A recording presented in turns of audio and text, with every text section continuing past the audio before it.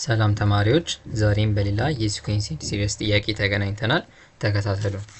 እዚህ ጋር ምንድነው የሚለን which one of the following is convergent sequence ብሎ ይጠይቀናል። እዚህ ላይ አራት ሲኩዌንሶች ተሰጥቶናል። ከዛ ውስጥ ኮንቨርጀንት የሆነው የትኛው ነው ብሎ ነው የሚጠይቀን። እንደዚህ አይነት ጥያቄ ሞስትሊ ናሽናል ኤግዛም ላይም የክላስ ኤግዛም ላይም የሚገጥሙን አይነት ጥያቄዎች ናቸው። ስለዚህ በቀላሉ እንዴት እንደምንሰራ አብረን እናያለን። በመጀመሪያ መጽሐፋችን ላይ ያለ የኮንቨርጀንት እና የዳይቨርጀንት ሩል አለ።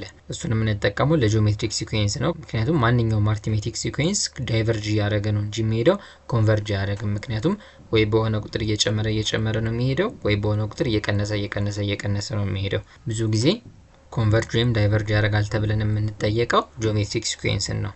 ስለዚህ በጂኦሜትሪክ ሲኩዌንስ ጊዜ ኮመን ሬሾ ከአንድ በላይ ከሆነ ያ ማለት ተከታታይ ተርሞችን ስናካፍል የምናገኘው ቁጥር ከአንድ በላይ ከሆነ ምንጊዜም ዳይቨርጀንት ነው። ወደ አንድ ቁጥር ኮንቨርጅ አያደርግም ወይም ደግሞ እዚህ ደርሶ ይቆማል ወይም ከዚህ በላይ አይሄድም የምንለው ነገር አይኖርም። ተርሞች ውስጥ ከተጨመረለት ድረስ አስ j goes to infinity ያ ሲሪየስም ዳይቨርጅ ያደርጋል ወይም እየጨመረ ይሄዳል፣ ማቆሚያ የለውም ማለት ነው። በሁለተኛ ነገር ኮመን ሬሾ አንድ ከሆነ የተሰጠን ጂኦሜትሪክ ሲሪየስ እሱም ኮንቨርጀንት ነው። በሌላ በኩል ደግሞ ኮንቨርጀንት የሚሆነው መቼ ነው? ኮመን ሬሾ ለጂኦሜትሪክ ሲኩዌንስ ጊዜ ኔጌቲቭ ሊሆን ይችላል፣ ፖዚቲቭ ሊሆን ይችላል። ነገር ግን ፖዚቲቭ የሚሆን ኔጌቲቭ ከአብሶሉት ቫልዩ ውስጥ ስናወጣው ከአንድ በታች ከሆነ ኮንቨርጀንት ሲኩዌንስ ነው።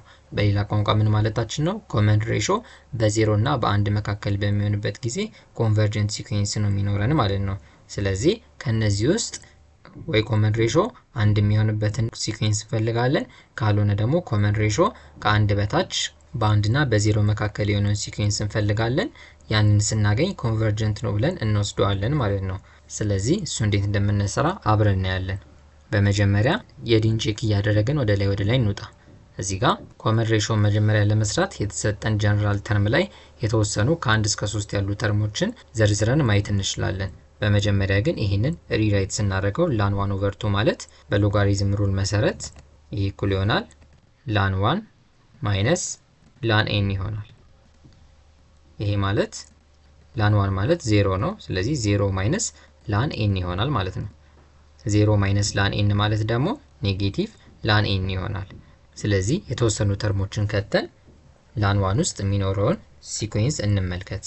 ይሄንን ተርሞቹን በምናይበት ጊዜ ላን 1 ስናደርግ ማይነስ ላን 1 ማለት 0 ነው። እዚህ ጋር ቅድም ላን 1 0 ያልነው ፋንክሽኑን ሪራይት አድርገን ነው እንጂ ተርም አላስገባንም። ተርም ማስገባት የምንጀምረው በዚህ በከርሊ ብራኬት ካለው ውስጥ ጀምሮ ነው። ስለዚህ ማይነስ ላን 1 አድርገን የመጀመሪያ ተርማችን ስናስገባ 0 ይመጣል። ኮማ ማይነስ ላን 2 ስናደርግ ደግሞ ላን 2 0.69 አካባቢ ነው። ስለዚህ ታይምስ እዚህ ጋር ኔጌቲቭ አለ፣ ኔጌቲቭ 0.69 ይመጣል። ኮማ ላን 3 ደግሞ ስናስገባ ላን 3 ማለት 1.09 ይሆናል።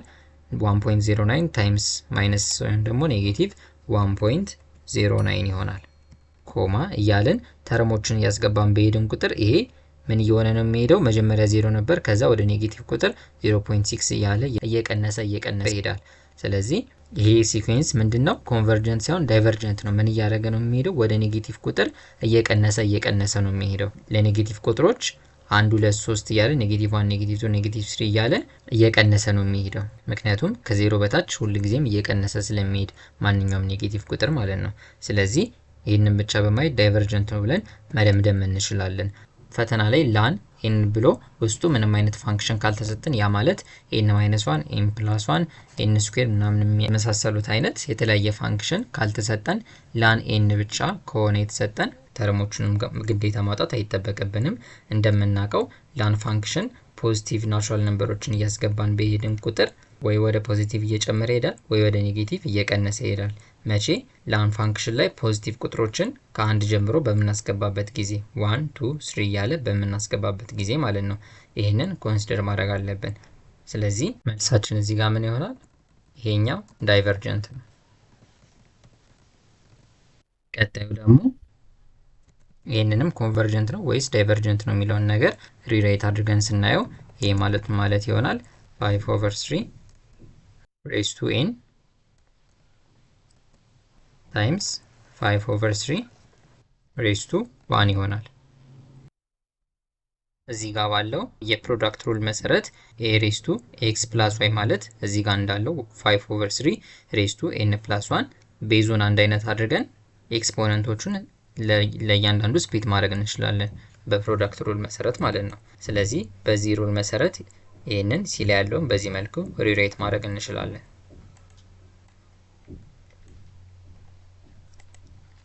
አሁን እዚህ ጋር 5/3 ኮንስታንት አለን። አሁን 5/3 ሬስ ቱ ኤንን የተወሰኑ ተርሞችን ዘርዝረን ኮንቨርጀንት ነው ዳይቨርጀንት ነው የሚለውን ነገር እንወቅ። አሁን ይህንን በዚህ መልኩ ስፕሊት ካደረግነው በኋላ ማየት ያለብን ኤን ያለችበትን ፋንክሽን ነው። ምክንያቱም ኮንስታንት ነበር ከውጪ ቢኖር እሱን ኮንሲደር ማድረግ አይጠበቅብንም። ዋናው ነገር ኤን ያለበት ፋንክሽን ስለሆነ ኤን ያለበት ፋንክሽን ላይ የተወሰኑ ተርሞችን እየዘረዘረን ምን አይነት ቁጥር ይሰጠናል የሚለውን ነገር እንመልከት። መጀመሪያ 5/3 ሬስ ቱ 1 ስናደርግ ራሱ 5/3 ይመጣል።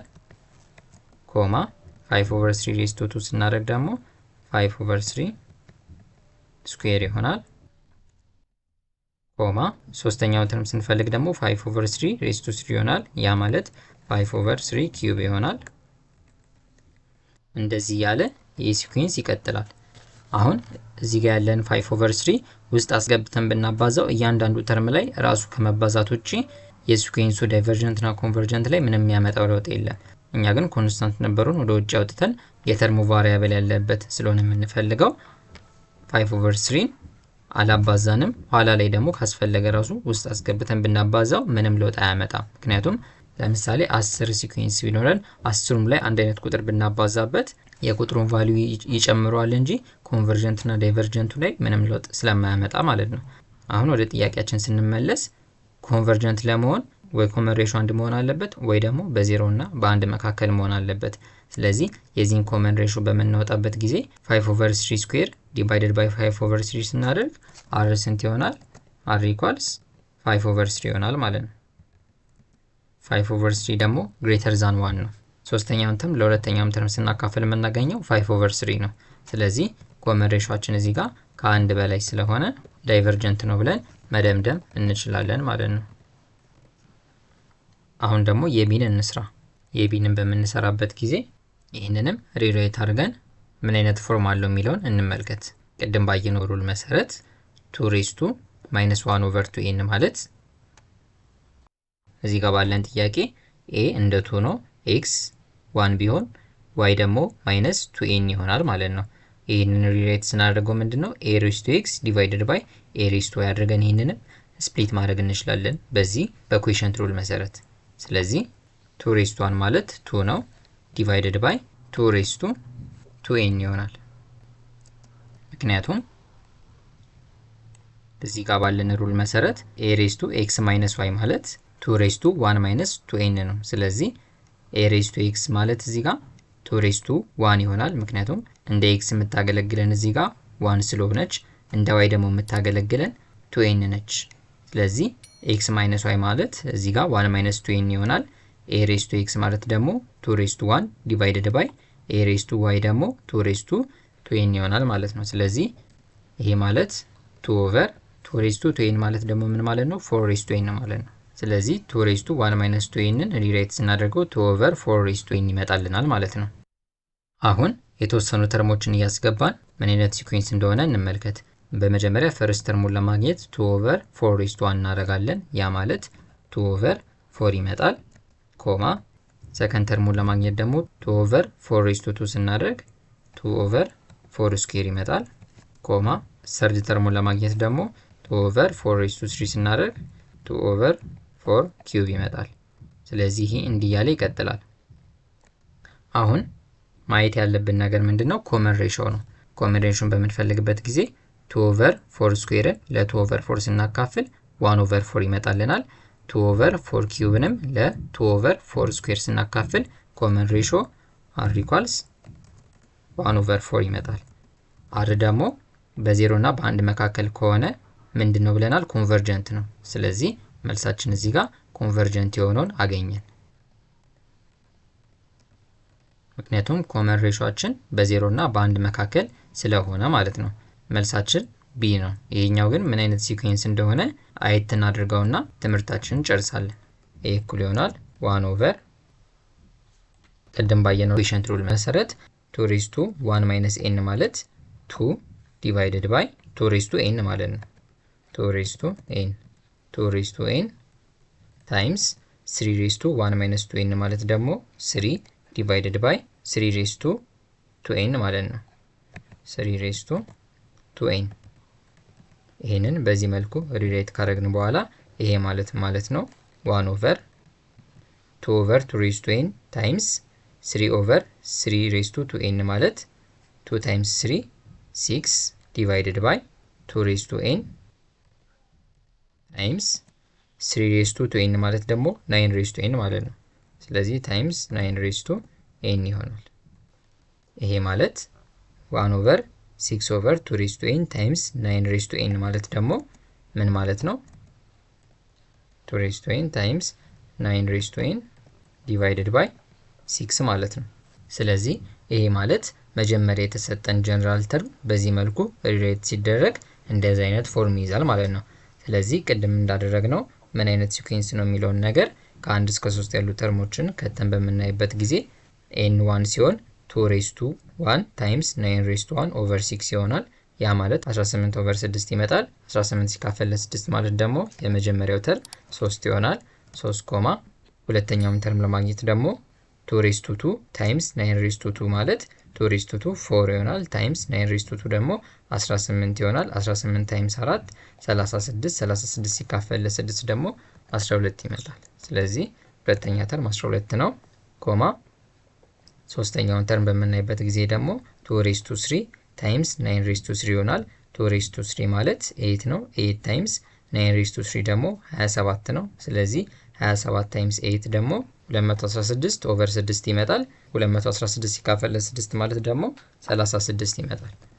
ስለዚህ ይሄ ሲኩዌንስ እንደዚህ እያለ እየጨመረ ይሄዳል ማለት ነው።